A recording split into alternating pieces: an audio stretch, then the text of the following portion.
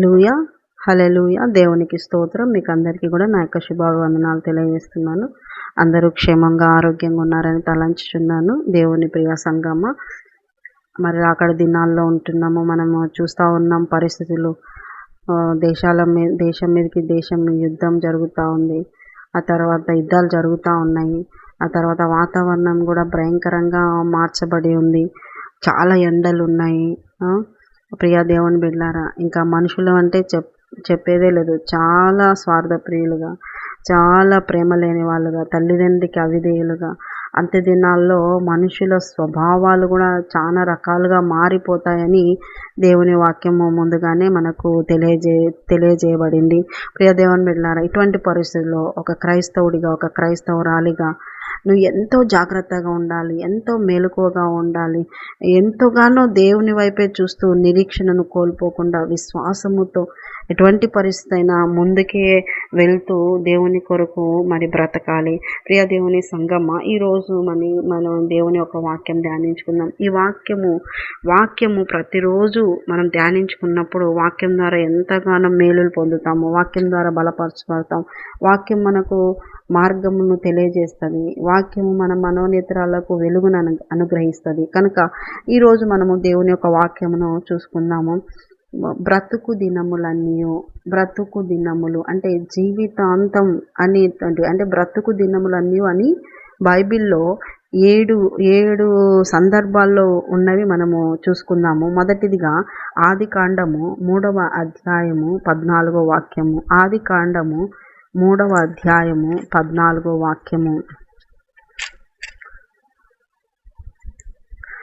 అందుకు దేవుడైన యెహోవా సర్పముతో, నీవు దీని చేసినందున పశువులన్నింటిలోనూ భూజంతువులన్నింటిలోనూ నీవు శపించబడిన దానవై నీ కడుపుతో ప్రాకుచు నీవు బ్రతుకు దినములన్నీ మన్ను తిందువు.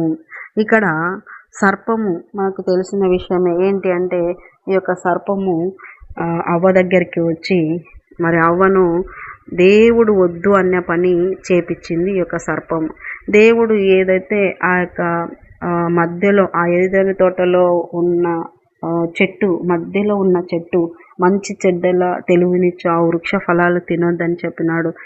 ఆ రోజు నువ్వు తిన్ను దినములనే నిశ్చయముగా నువ్వు చచ్చేదవని చెప్పినాడు. కానీ అయితే ఆ మాట ఆదాము చెప్పినాడు. ఆదాము అవ్వకు కూడా చెప్పి అన్ని ఇన్స్ట్రక్షన్స్ ఆదాము కూడా అవ్వకు చెప్పింటాడు. కానీ ఆమె అక్కడ ఆ చెట్టు దగ్గరికి వెళ్ళిపోయినప్పుడు ఈ యొక్క సర్పము మాట్లాడి ఆమెను మాటల్లో పెట్టి ఆమెను మోసపోయింది. యొక్క అవ్వ ఆ వృక్ష ఫలాలు తిన్న తర్వాత ఇక దేవుడు తెలుసు కదా మీకు అందరికి, దేవుడు ప్రతిరోజు చల్లపూట వాళ్ళతో వచ్చి మాట్లాడేవాడు.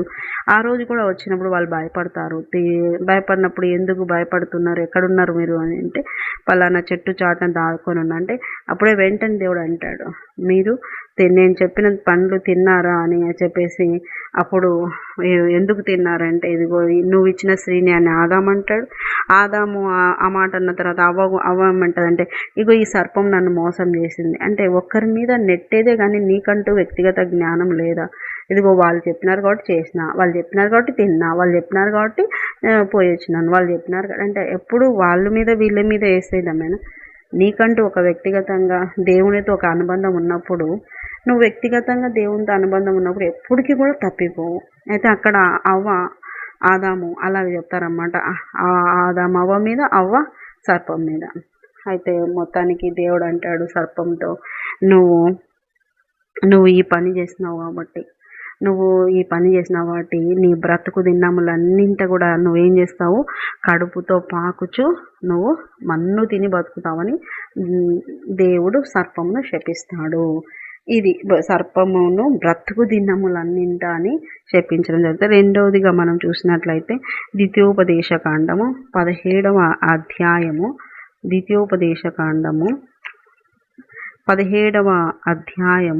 22వ వాక్యము.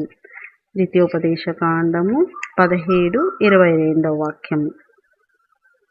తాను తన సహోదరుల మీద గర్వించి ఈ ధర్మమును విడిచిపెట్టి కుడికి గాని ఎడమకు గాని తాను తొలగకయుండునట్లు తన దేవుడైన యెహోవాకు భయపడి ఈ ధర్మశాస్త్ర వాక్యములన్నింటినీ ఈ కట్టడలను అనుసరించి నడవ నేర్చుకొనుటకు అతడు తాను బ్రతుకు దినములన్నింటను ఆ గ్రంథమును చదువుచుండవలెను. దేవుని బిడ్డలారా, ఎవరైతే రాజుగా ఉంటారో, ఇశ్రాయేలీయులకు రాజు అప్పటికి లేడు. ద్వితీయోపదేశ కాండం అంటే మోషే కాలంలో ఉన్నాము. అయితే అప్పటికి రాజు లేడు. సమూయేలు వచ్చిన తర్వాత సౌలు మొట్టమొదటి రాజుగా అవుతాడు. అయితే ముందుగానే దేవుడు రాయించి పెట్టినాడు. ఎవరైతే రాజుగా ఉంటారో వాళ్ళ యొక్క క్యారెక్టర్లో బ్రతుకు దినములన్నింటా ఆ గ్రంథమును చదవాలను, వాక్యం చదువుచుండవలను, ధర్మశాస్త్ర వాక్యములన్నింటినీ చదువుతూ ఆ కట్టడలను అనుసరించుచు నేర్చుకోవాలంట, నేర్చుకోవాలి అని. బ్రతుకు దినములన్నింటను, నిజంగా బ్రతుకు దినములన్నింట కూడా వాక్యంను చదువుతూ అనుసరిస్తూ నేర్చుకుంటూ అలాగా దేవుని యొక్క వాక్యముతో అనుబంధము కలిగి ఆ వెలుగులో బ్రతికిన దినాలన్నింటిలో కూడా, బ్రతికి దినములన్నీ కూడా వాక్యమును చదువుతూ కొనసాగాలి. ఇది రెండవది. మూడవదిగా యెహోషువ గ్రంథము 1వ అధ్యాయము, యెహోషువ గ్రంథం 1వ అధ్యాయము 5వ వాక్యము. నీవు బ్రతుకు దినములన్నింటను ఏ మనుషుడిని ఎదుట నిలవలేక యుండును, నేను మోషేకు తోడయుండినట్లు నీకును తోడయుండు. అంటే ఇక్కడ యెహోషువ, మోషే నాయకుడిగా ఉన్నాడు ఇశ్రాయేలులకు మోషే నాయకుడిగా ఉండి ఆ యొక్క ఐగుప్తు దేశం నుండి అనేకమైన అద్భుతాలు చేసి వాళ్ళని తీసుకొని అలాగా కనానుకు తీసుకొచ్చే మధ్యలో కొంచెం యోర్దాను దాటితే కనాను. అయితే ఆ యోర్దాను దాటకుండానే యెహోవా దేవుడు మోషేని పిలుస్తాడు. నువ్వు ఇంకొచ్చేసేయి, ఇంకా నువ్వు నా దగ్గరకు వచ్చేసేయి అని చెప్పేస్తాడు. నువ్వు కనానులో అడుగు పెట్టొద్దు అని చెప్పేస్తాడు. అప్పుడు మళ్ళీ చెప్తూ యెహోవా అంటాడు మోషేతో, నువ్వు ఇప్పుడు యెహోషువాకు, నీ పరిచారకుడైన యెహోషువాకు నువ్వు నాయకత్వమును అప్పగించు అని చెప్తాడనమాట. చెప్పిన తర్వాత అప్పుడు మోషే చెప్తాడు, నీవు బ్రతుకు దినములన్నింటని ఏ మనుషుడిని ఎదుట నిలవలేక యుండును. అంటే దేవుడు అంటాడు, మోషే నువ్వు నాయకుడిగా ఉండాలంట అని యెహోవా చెప్తున్నాడని మోషే చెప్పినప్పుడు యెహోషువ ఆ నాయకత్వాన్ని స్వీకరిస్తాడు. అప్పుడు యెహోవా దేవుడు మాట్లాడతాడు అనమాట. ఏమని అంటే, నీవు బ్రతుకు దినములన్నీ, నువ్వు చచ్చిపోయే వరకు, నువ్వు బ్రతికున్నంత వరకు కూడా ఏ మనుషుడు కూడా నీ ఎదురుగా నిలవలేక ఉంటాడు. అటువంటి రీతిలో నేను నిన్ను నిలబెడుతున్నాను. నేను ఎలా మోషేకు తోడైనా నీకు కూడా అలాగ నేను తోడై ఉంటానని యెహోషువకు దేవుడు ఇస్తున్నటువంటి వాగ్దానము. మరి నాలుగవదిగా 1 సమూయేలు గ్రంథము 1వ అధ్యాయము 1 సమూయేలు గ్రంథము 1వ అధ్యాయము 28వ వాక్యము. కాబట్టి నేను ఆ బిడ్డను యెహోవాకు ప్రతిష్ఠించుచున్నాను, తాను బ్రతుకు దినములన్నింటను వాడు యెహోవాకు ప్రతిష్ఠితుడని చెప్పాను. అప్పుడు వాడు యెహోవాకు అక్కడనే మొక్కాను. హల్లెలూయా, దేవునికి స్తోత్రం. ఇక్కడ హన్నా ముందుగానే తనకు పిల్లలు లేనప్పుడు యెరూషలేముకు వచ్చి మందిరంలో ప్రార్థన చేసుకొని, మగబిడ్డ పుడితే నేను దేవాన్ని నీకు ప్రతిష్ఠించుకుంటానని మాట ఇచ్చి ఆమె వెళ్ళిపోయిన తర్వాత దేవుడు ఆమెను జ్ఞాపకం చేసుకొని సమూయేలును ఆమెకు కుమారుడిగా అనుగ్రహించడం జరుగుతుంది. ఆ కుమారుడిని ఆమె పాలు ఇచ్చే వరకు తన దగ్గర పెట్టుకొని తర్వాత ఆమె మందిరం దగ్గరికి తెచ్చి దేవుడికి ఆ బిడ్డను ప్రతిష్ఠిస్తుంది అనమాట. ప్రతిష్ఠించి ఆ టైంలో అంటుంది అనమాట, ఈ యొక్క బిడ్డ సమూయేలు, ఈ బిడ్డ బ్రతుకు దినములన్నీ కూడా యెహోవాకు ప్రతిష్ఠితుడని చెప్పి ఆ బిడ్డ విషయంలో దేవునికి అప్పగిస్తుంది అన్నమాట. అప్పుడు అక్కడ వాడు యెహోవాకు మొక్కెను అని రాయబడి ఉంటుంది. సమూయేలు యెహోవాకు మొక్కినాడు. వెంటనే వాళ్ళమ్మ ఆ మాట చెప్పింది, వెంటనే బిడ్డ మొక్కాను, వెంటనే మొక్కినాడంట దేవుడికి.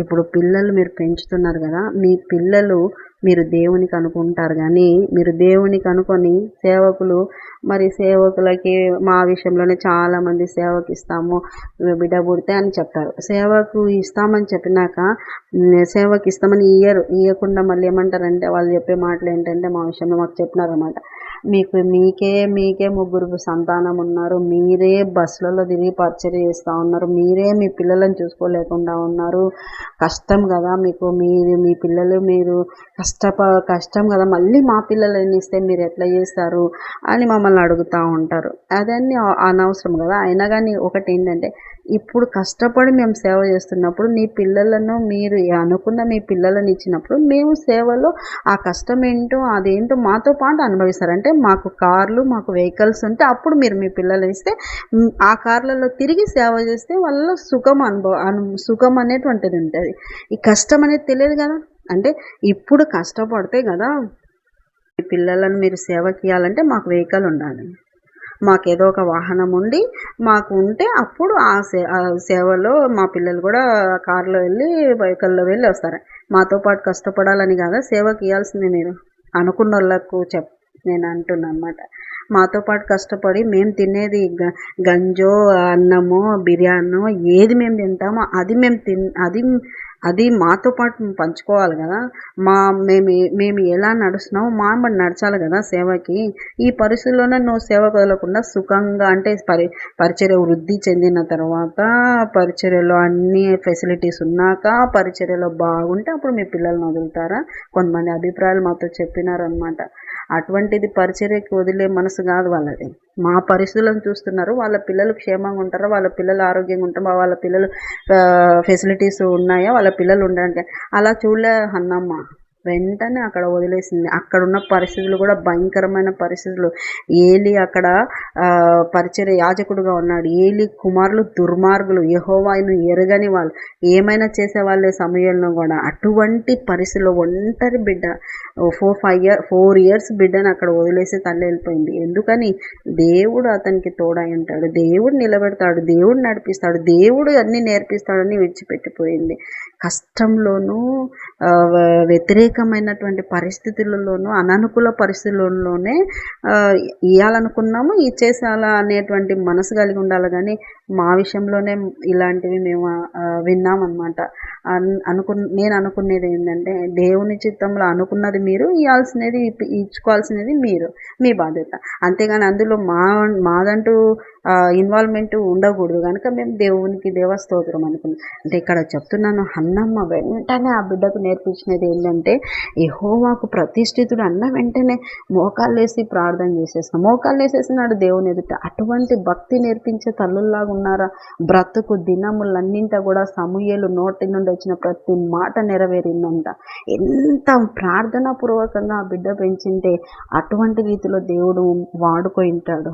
కనుక బ్రతుకు దినములన్నింట సమూయేలు దేవునికి సేవకుడుగా యాజకుడుగా ఉన్నాడు, న్యాయాధిపతిగా ఉన్నాడు, రాజులను అభిషేకించినాడు. హల్లెలూయా.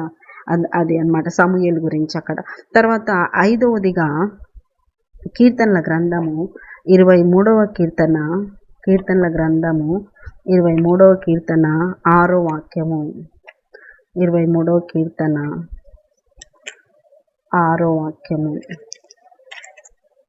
నేను బ్రతుకు దినములన్నీ కృపాక్షేమములే నా వెంట వచ్చును, చిరకాలం యెహోవా మందిరంలో నేను నివాసము చేసేదను.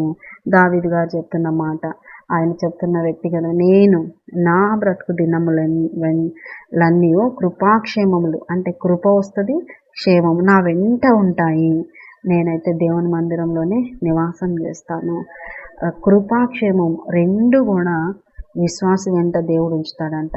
కృప ప్రతి దినము నీకు దేవుడు ఇస్తున్నాడంటే కృప క్షేమంగా ఉంచుతున్నాడు అంటే ఆయన యొక్క ప్రేమ.